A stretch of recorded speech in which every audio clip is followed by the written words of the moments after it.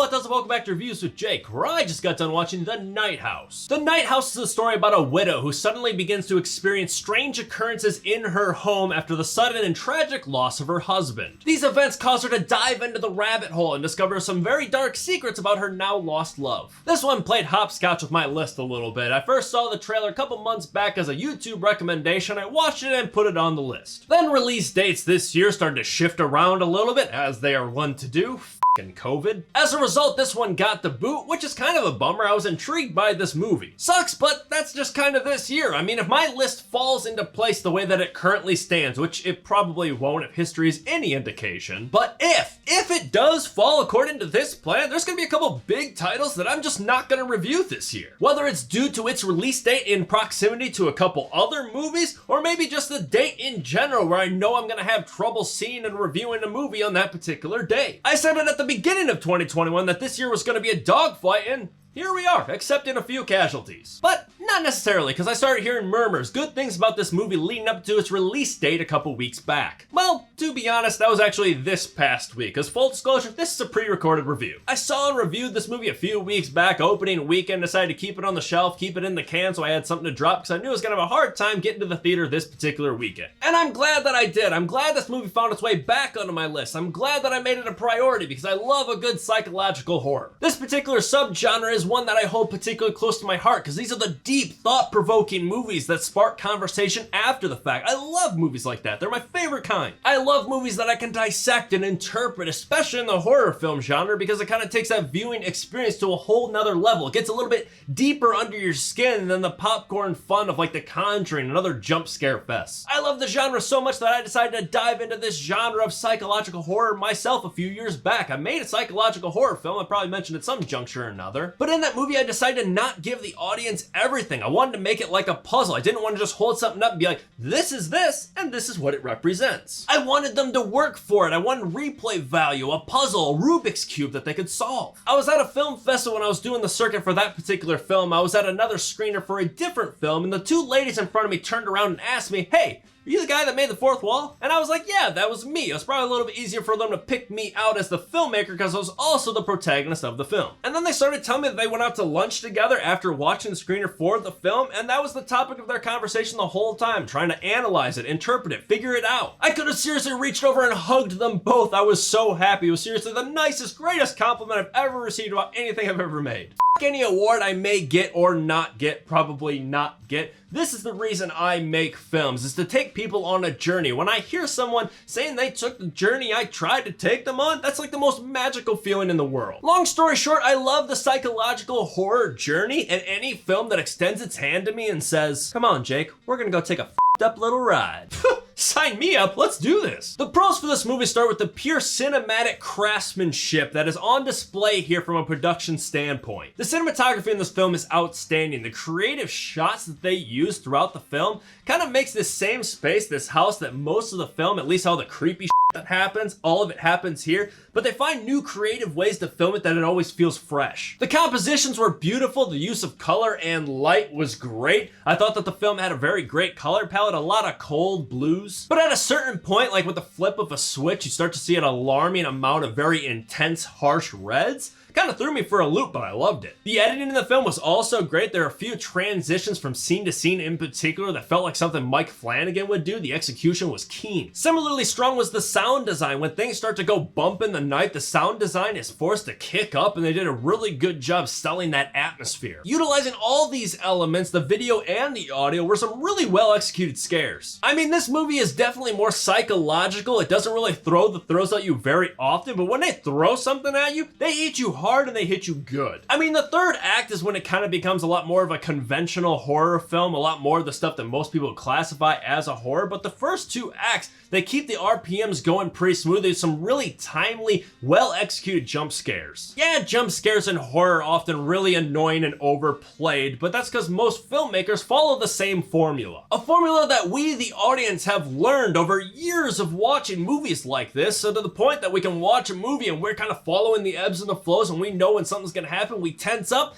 and then something loud happens and we release. We all know what to do. But this film decides to say, your formula and goes to the beat of a completely different drum, and it really takes you off guard. It's refreshing. This film does not hang its hat on the scares. It's a much more cerebral, methodical film, but when it decides to try and scare you, it succeeds. It's really quality stuff. On the note of the lack of substantial thrills, particularly when putting this film up next to other contemporary horror films, I still found the pace for the film really strong. I see a lot of people slapping the slow burn label on it, which I guess if you're putting it next to other contemporary, more than likely crappy horror films, yeah, it doesn't operate with the same octane, but I still wouldn't call it slow. I look at films like Saint Maud earlier this year. I call that a slow film because the first 2 acts are pretty damn slow, and they kind of ask you for patience to really pay off in the 3rd act, which it did. But for me, maybe I'm on an island here. I didn't find the first 2 acts of this film particularly boring. I was eating it up from start to finish. This film has a sort of mystery to it, intrigue. You're trying to solve this puzzle right alongside of the protagonist. And the film chooses to give you information methodically, patiently, incrementally. Sometimes this information will come from just a picture, a lot of visual storytelling. They'll just show you something that doesn't have any dialogue, but you know just looking at it what is up. Something as simple as our protagonist waking up in the middle of the night on her side of the bed as if someone is sleeping next to her, where her husband used to sleep, but no one's there and she rolls over, looks, and sees an empty space. There is a dent in his pillow where his head very recently used to lie, and she caresses it gently with her finger. No words necessary. You don't need her to say, "Oh, I miss you." The visual speaks for itself. It's a very powerful, relatable picture that the film trusts us to understand what she's thinking. This film trusts you a lot, in fact. Like, we'd have our protagonist, the widow, going through some of her husband's old notebooks, and she comes across a strange word. It gives you a close-up shot of the word, lingers on it for a moment just to give you enough to know, like,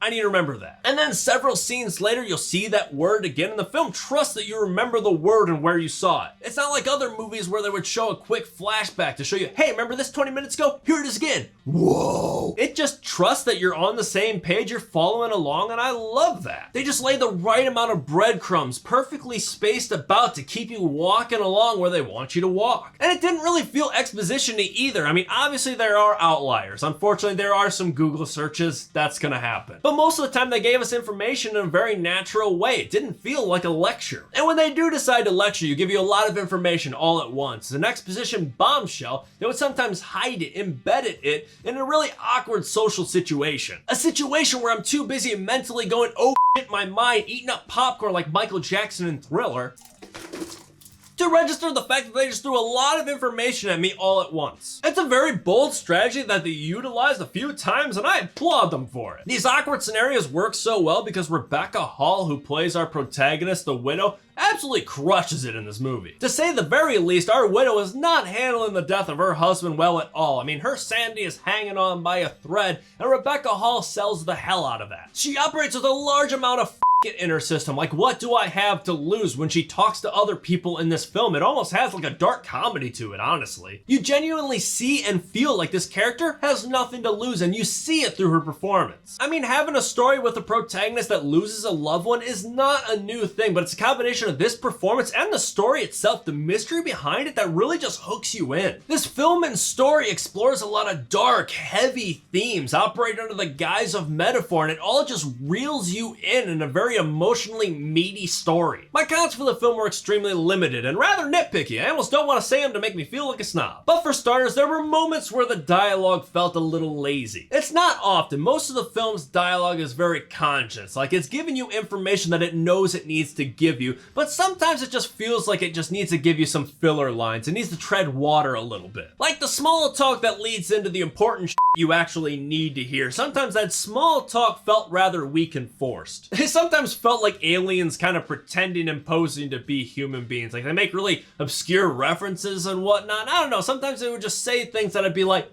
who the f actually says that? This also bleeds into a plot device that they use, these home videos that are recorded on a mini DV camera. The dialogue in these home videos is incredibly cringy, cheesy, on the nose. But honestly, none of that really bothered me as much as the fact that they were indeed using a mini DV camera. I mean, the film clearly takes place in contemporary times. Rebecca Hall's character and her husband, all the characters frankly, all have iPhones, and none of them really feel like they're that old. I mean, I myself only need to plug a camera like this, and if I'm I'm looking at home movies from when I was like 10 years old, and they have like their wedding video recorded on a camera like this in this movie, and they clearly have a lot more money than I do. Look at the house they live in. Yeesh. I don't know, there's just something about it that just does not add up. I can't believe they're running around filming stuff with this obsolete piece of video equipment. Like I said, they clearly have iPhones, they use them, they take pictures. It's a big plot point that they take pictures with their iPhone. I just find it hard to believe that they would pick up that relic and record important stuff in their lives. It's incredibly nitpicky, I know, but it's one of those plot devices that I think needs to disappear from movies ASAP. Yeah, it probably looks more visually appealing to have someone plugging in a camera via component cables, looks a little more old school than having someone pull up a video clip on their laptop. People just don't do that anymore. I mean, it's kind of like where you have a scene where someone needs to go to the library to research stuff. Yeah, aesthetically, it's better to be in a library, a new space, freshen things up, than it is to show them sitting in front of a computer, but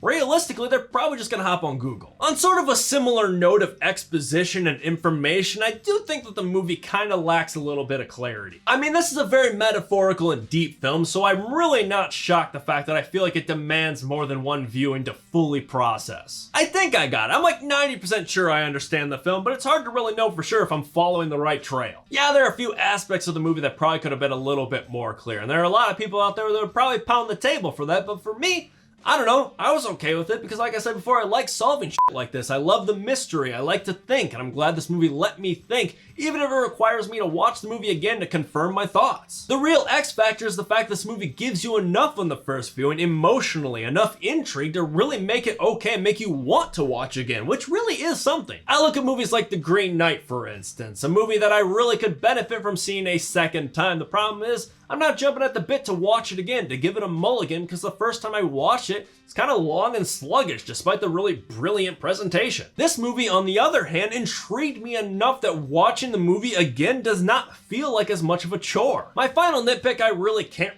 get into at all because it's a thing toward the end, which is definitely a spoiler. All I'll say that it visually looked kind of silly, and I don't know if silly is the right word considering the dark subject matter that is circulating around at that particular time that it happens. Maybe it was just the fact that I was so zeroed in, they were doing everything else right, I'm watching this really heavy scene, everything's going at 100%, and then I see something at like 80%. Kind of takes you out of it for a brief moment, just makes your eyebrow go up, but then it kind of regains its balance and keeps going and you almost forget about it. It was a very brief minor stumble, nothing major, but still felt like I had to say it, I don't know. All in all though, these are hair splits because I really enjoyed this movie. It's divisive, it's certainly not for everyone, but it was definitely for me. It's kind of like The Babadook or Relic, movies that aren't as stimulating, but they're a lot more psychological, emotional, methodical. It obviously wasn't for the big dumb dipshit that sat behind me in the movie theater that muttered with a mouthful of popcorn, "That movie sucked." Yeah, probably because it talked the whole damn time, munching way too loudly on concession munchies to hear anything, left the theater twice to get more, like damn. You ain't even watch it. Remember when that reviewer from Entertainment Weekly gave The Witcher series on Netflix an F and then it surfaced that he didn't even watch half of it? Remember how pissed people were about that? That's this. That's that f***ing guy.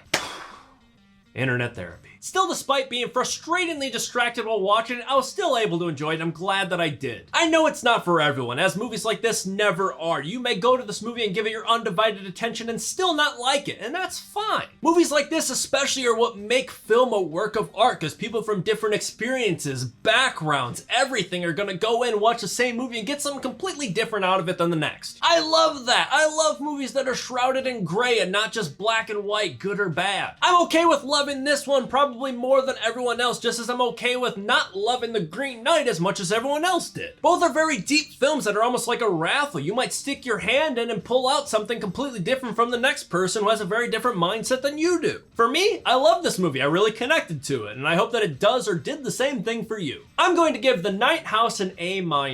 Well, that's just me. What do you guys think? Let me know if you agree or disagree in the comments below. And make sure to subscribe to this channel to stay up to date with new videos coming real soon. Stay safe. Thanks for checking in.